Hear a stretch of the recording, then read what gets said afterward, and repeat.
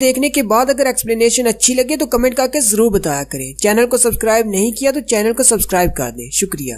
First episode के and में हमने देखा था कि बूढ़ी जादूगरनी उन सब को महल के बाहर ट्रांसपोर्ट कर देती है, लेकिन वो महल से ज्यादा दूर नहीं होते, इसलिए सोल्जर्स उनके पीछे आते हैं। वहीं पर एक डीमन लड़की को तीर लगता है। वो जियांग से कहती है, मुझसे वादा करो कि तुम मेरी क्वीन की हिफाजत करोगे, ये मेरी तुमसे आखिरी रिक्वेस्ट है। जियांग उससे कहता है, ठीक है, मैं उसकी हिफाजत करूंगा। जियांग आगे बढ़ता है और डीमन क्वीन का हाथ पकड़ लेता है और उससे कहता है, हमें यहाँ से जल्दी से जाना होगा। क्वीन गुस्से के साथ उसे कहती है, मेरा हाथ छोड़ो, मुझे अपने सोल्जर्स के साथ यहीं पर लड़ना है, मैं इन सब को मरने के लिए यहाँ पर नहीं छोड़ सकती। जियांग उसे कहता है, अगर तुम इनसे लड़ने के लिए रुक गई तो तुम भी मर जाओगी, क्योंकि तुम्हारे पास तुम्हारी पावर्स नहीं है, जल्दी से मेरे साथ भागो। क्वीन फिर से चिल्लाकर उसे कहती है, मैं मरना पसंद करूंगी बजाय इसके कि अपने सोल्जर्स को मरने के लिए यहाँ पर छोड़कर खुद भाग जाऊं। इस बार जियांग चिल्लाकर उसे कहता है कि तुम्हारी अकल घास चरने के लिए गई है, वो सब लोग तुम्हारे लिए अपनी जान दे रहे हैं, अगर तुम भी जाकर वहाँ मर जाओगी तो उन सब के जान देने का क्या फायदा। अगर तुम जिंदा रहती हो तो तुम इन इंसानों से उनकी मौत का बदला ले सकती हो, लेकिन अगर तुम भी यहाँ पर मरना चाहती हो तो फिर उन सब के सैक्रिफाइसेस का क्या फायदा। जियांग की ये बात सुनकर क्वीन थोड़ी सी शांत हो जाती है और उसके साथ चलने पर राजी हो जाती है। वो रोती हुई आंखों के साथ पीछे की तरफ देखती है तो इंसानी सोल्जर उसके साथियों पर तलवारों के वार कर रहे होते हैं और कह रहे होते हैं, इस डीमन का सर मेरा है। वो सोल्जर्स बिल्कुल जंगलियों की तरह लड़ रहे होते हैं। एक सोल्जर दूसरे से कहता है, हम लोग इसे वैसे भी तो मारने वाले हैं, क्यों ना इसके साथ पहले थोड़ा सा मजा कर लिया जाए। डीमन क्वीन ये देखकर रोना शुरू कर देती है और फिर जियांग के साथ आगे चल पड़ती है। वो भी थोड़ा से ही आगे जाते हैं तो 3 और सोल्जर्स निकलते हैं और इन दोनों को घेर लेते हैं। उन तीनों में से एक सोल्जर कहता है, मुझे ये देखने में इंसान लग रहे हैं, लेकिन इनके कपड़े बहुत ज्यादा मुख्तलिफ हैं। मुझे लगता है शायद ये डीमन क्लैन वालों के गुलाम हुआ करते थे।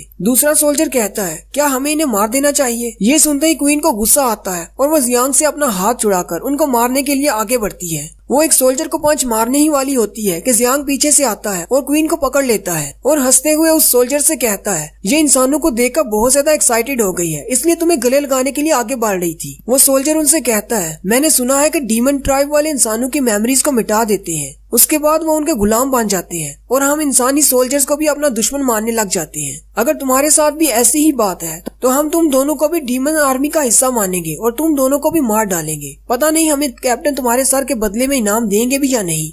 उनमें से एक सोल्जर आके बढ़ता है और कहता है, मुझे इस बात से फर्क नहीं पड़ता कि इनकी मेमोरीज मिटा दी गई हैं, यहाँ पे ये डीमंस के गुलाम हुआ करते थे, मुझे तो बस इन्हें मारना है। ये देखकर जियांग बहुत ज्यादा घबरा जाता है और कहता है, ये लोग तो अपने इंसानों को भी मारने पर तुले हुए हैं। जियांग जल्दी से क्वीन के सर पे हाथ रखता है और उसे नीचे की तरफ झुका देता है और उन सोल्जर से कहता है, आप लोगों को कोई गलतफहमी हुई है, हमारा ब्रेन वॉश नहीं किया गया। असल में ये लड़की जब छोटी सी थी तब डीमंस ने पकड़ कर लाए थे और इसके साथ हमेशा ज्यादती करते रहे हैं, इसलिए ये बहुत ज्यादा डिस्टर्ब हो चुकी है और इसकी मेंटल हालत बिल्कुल भी ठीक नहीं। डीमन क्लैन वालों ने हम दोनों के साथ बहुत ज्यादा ज्यादती की है, इसलिए हमें जाने दें। क्वीन गुस्से के साथ जियांग को कहती है, तुमने डीमंस की क्वीन को इंसानों के सामने झुका दिया, तुम्हारी हिम्मत कैसे हुई ऐसा करने की, मैं तुम्हें एक दिन जरूर मार डालूंगी। जियांग उसे कहता है कि अपनी बकवास बंद करो, तुम यहाँ पर कोई डीमन क्वीन नहीं हो, तुम्हारे पास इतनी पावर नहीं कि तुम मुझसे भी लड़ सको, इसलिए चुपचाप यहाँ पर बैठी रहो ताकि हमारी जान बच सके। अगर तुम जिंदा रहोगी तो इन सब को मार पाओगी। जियांग फिर से हंसते हुए सोल्जर से कहता है, आप लोगों ने देखा ना, ये बिल्कुल पागल हो चुकी है, इसे लगता है कि ये क्वीन है। वो सोल्जर उनकी बात नहीं सुनता और कहता है, मुझे इस बात से फर्क नहीं पड़ता कि तुम्हारे साथ कितनी ज्यादती हुई है,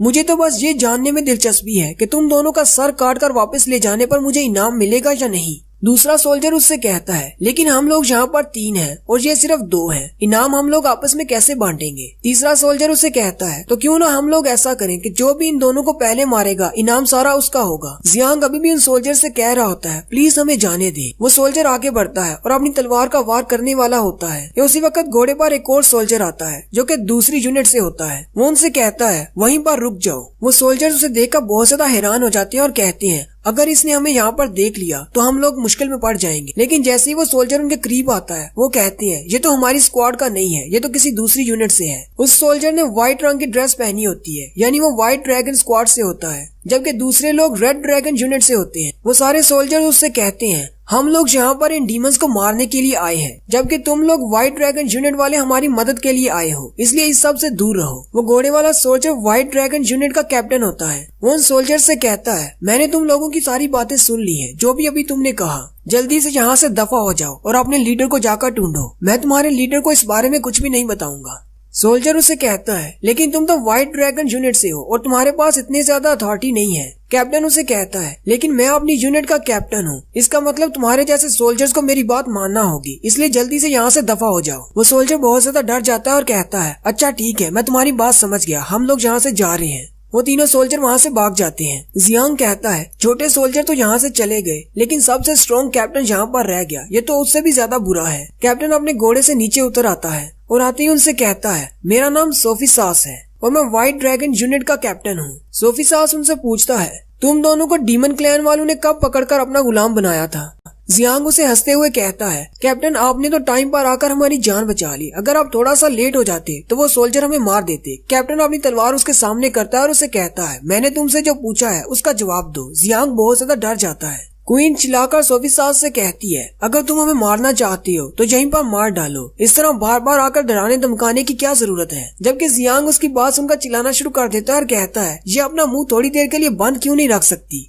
जियांग सोफी सास से कहता है मुझे लगता है कि शायद मैं 5-6 साल का था जब इन्होंने मुझे पकड़ा था। सोफी सास जियांग से पूछता है डीमन ट्राइब में वो तुमसे कौन सा काम करवाते थे? जियांग कहता है मैंने तो अपनी सारी जिंदगी में सिर्फ गेम्स खेलने के अलावा और कोई काम ही नहीं किया, अब मैं इससे क्या बताऊं। जियांग उसे कहता है डीमन क्लैन में मैं उनका खाना पकाने में मदद किया करता था और ये लड़की मेरी बीवी है और इसको भी डीमन ट्राइब वालों ने गुलाम के तौर पर पकड़ा था। सोफी सास उसे कहता है अगर ऐसी बात है तो फिर तुम्हारे कपड़े कहाँ पर हैं? तुम नंगे क्यों घूम रहे हो? उसकी बात सुनकर जियांग घबरा जाता है और कहता है अब मैं क्या कहूँ कि इस क्वीन ने मेरे कपड़े छीन लिए, अब मैं ये तो उससे नहीं कह सकता। उसी वक्त कैप्टन आगे बढ़ता है और अपना रोब उतारकर उसको पहना देता है और साथ ही जियांग से कहता है मुझे लगता है शायद उन डीमंस ने तुम्हारे कपड़े छीन लिए होंगे जब तुमने वहाँ से भागने की कोशिश की होगी। जियांग शर्माते हुए कहता है ये तो बहुत ही ज्यादा क्यूट है और बहुत ही अच्छा है। सोफी सास उन दोनों से कहता है तुम लोगों ने बहुत देर तक गुलामी सह ली, अब मेरे साथ आओ, मैं तुम्हें घर ले चलता हूँ। क्वीन कहती है कौन से घर? तुम मुझे कहाँ पर लेकर जाना चाहते हो? जियांग उसके मुंह पर हाथ रख लेता है और उसे कहता है क्या थोड़ी देर के लिए अपना मुंह बंद नहीं रख सकती? उसी वक्त एक और सोल्जर आता है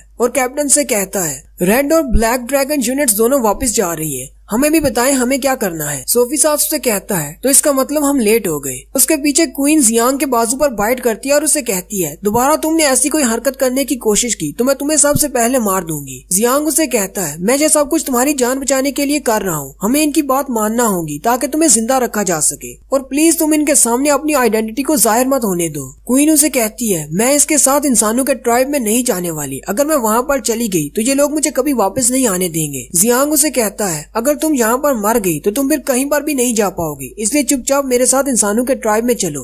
कैप्टन उस सोल्जर से कहता है अगर मेरा वहाँ पर और कोई काम नहीं रहा तो सारी यूनिट के सोल्जर को जाकर बता दो कि वापस चलते हैं। सोफी सास उन दोनों से भी कहता है चलो वापस चलें। नेक्स्ट सीन में वो अपने बड़े कासल के बाहर पहुँच जाते हैं।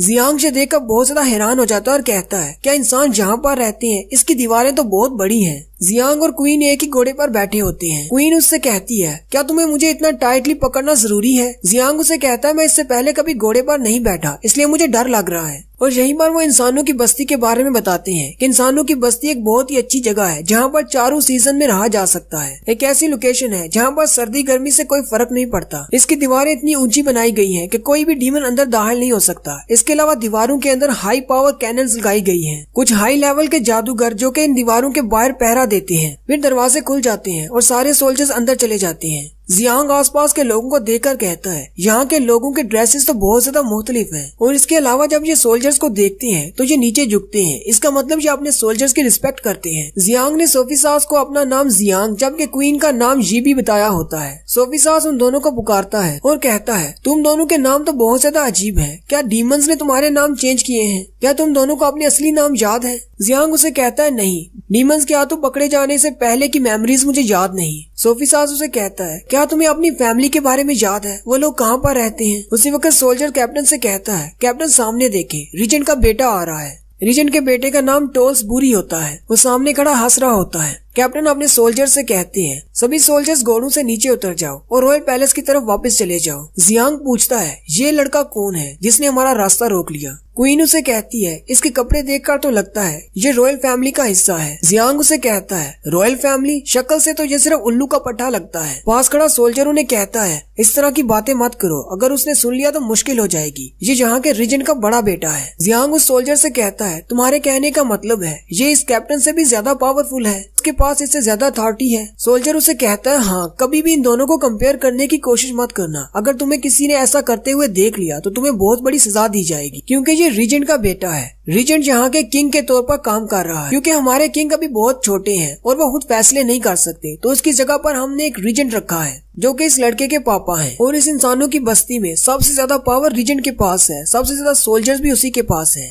क्वीन ये सुनकर कहती है अब ये इतना भी ज्यादा स्ट्रॉन्ग नहीं, अगर मेरे पास मेरी मैजिकल पावर्स होती तो मैं इसे एक चुटकी बजाकर ही मार डालती। वो सोल्जर उनसे कहता है अपनी बीवी को कहो खामोश रहे, अगर किसी ने सुन लिया तो तुम दोनों मारे जाओगे। जियांग उसे कहता है कि तुम टेंशन ना लो, अगर दोबारा इसने इस तरह की कोई बात की तो मैं इसके सर में एक थप्पड़ लगाऊंगा। और यहीं पर हमारी सेकंड एपिसोड का एंड होता है। एक्सप्लेनेशन अच्छी लगी हो तो कमेंट करके जरूर बताएं। चैनल को सब्सक्राइब कर दें, वीडियो को लाइक और शेयर कर दें। शुक्रिया।